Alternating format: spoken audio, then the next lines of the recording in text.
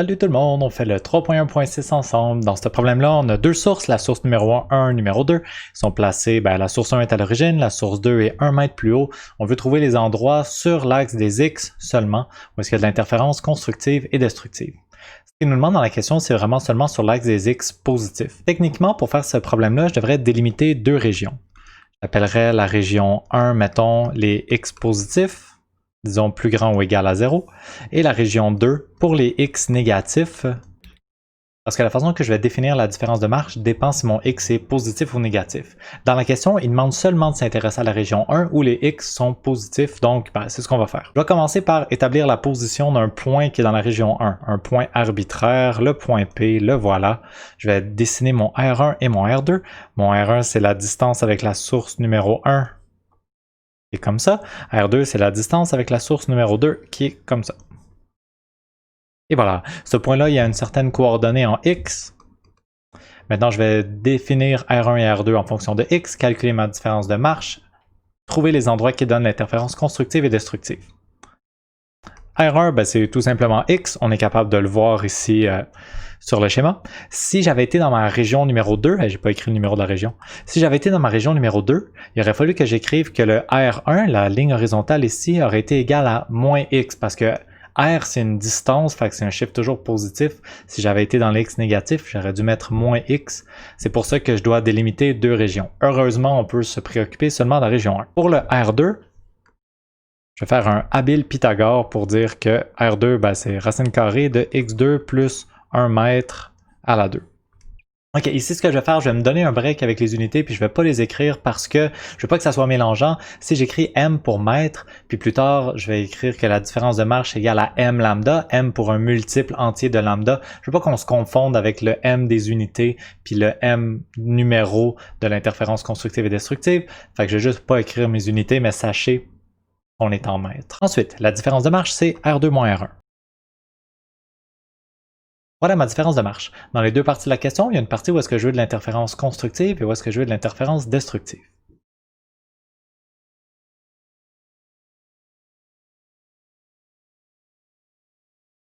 Donc dans le cas de l'interférence constructive, il faut que ça adonne que la différence de marche vaut un multiple entier de lambda. Dans le cas de l'interférence destructive, m plus une demi-lambda. Ma différence de marche, je l'ai identifiée, c'est racine carrée de x2 plus 1 moins x. Donc il me reste juste à mettre tout ça ici égal à m lambda pour répondre au A. Essayer des valeurs de m de 0, 1, 2, 3, 4, puis à chaque fois trouver une valeur de x. Il faut seulement que ma valeur de x soit toujours plus grande ou égale à 0 parce que je suis dans la région 1. Si je trouve une valeur de x négative, je dois tout simplement la rejeter parce que ça voudrait dire que je suis plus dans la région 1 et que mon delta n'est pas défini correctement. Donc le reste, c'est de l'algèbre. On se lance.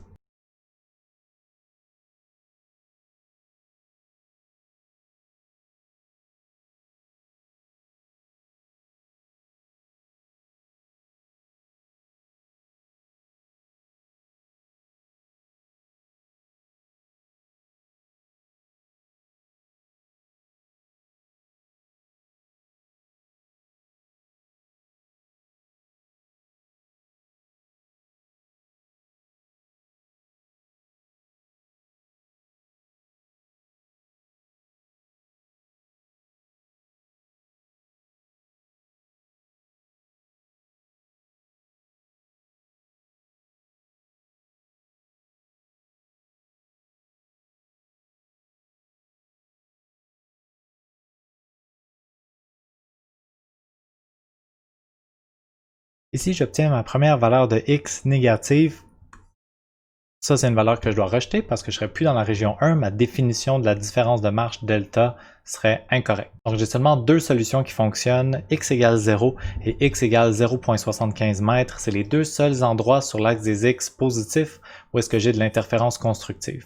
Je ne l'avais pas dit au début, mais la longueur d'onde c'était donnée dans la question, 0.5 mètres. Fait qu'à chaque fois, j'ai remplacé la longueur d'onde pour lambda pour trouver ma valeur de x. Maintenant, la seule chose qui me reste à faire, c'est répéter les mêmes étapes, sauf que cette fois-là, je vais avoir besoin d'utiliser la formule pour l'interférence destructive. Au lieu d'avoir m lambda comme différence de marche, je vais avoir m plus une demi lambda. Je vais essayer des valeurs de m de 0, 1, 2, 3, 4, 5, jusqu'à temps que ça me donne un x négatif, puis à ce moment-là, je vais arrêter.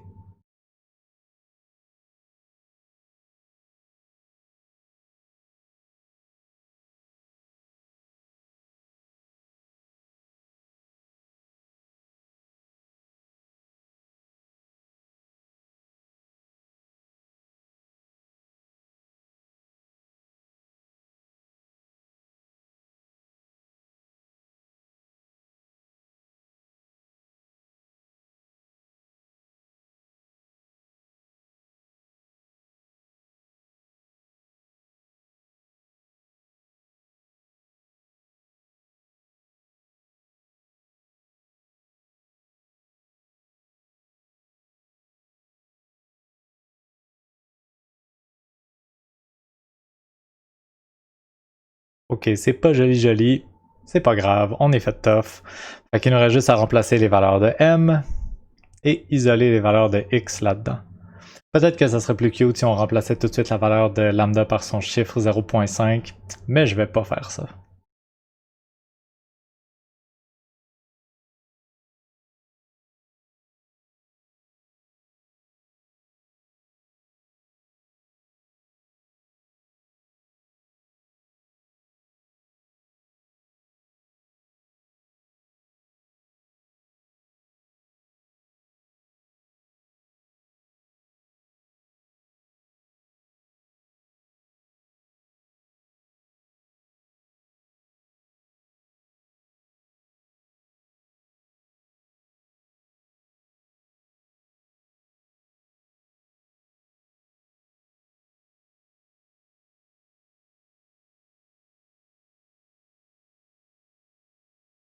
Et voilà, quand je mets la valeur m égale 2, j'obtiens un x négatif, donc je dois arrêter là, rejeter cette réponse, puis garder seulement les deux premières réponses que ça m'avait données, soit x égale 1.875 mètres et x égale 0.292 mètres, les deux endroits où je vais avoir de l'interférence destructive. Et reconnaissant de ne pas avoir besoin d'être monté jusqu'à m égale 9 pour pouvoir arrêter ce problème-là.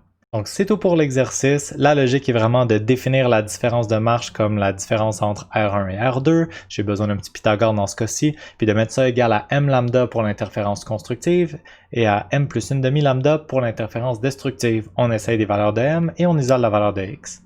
Merci d'avoir écouté.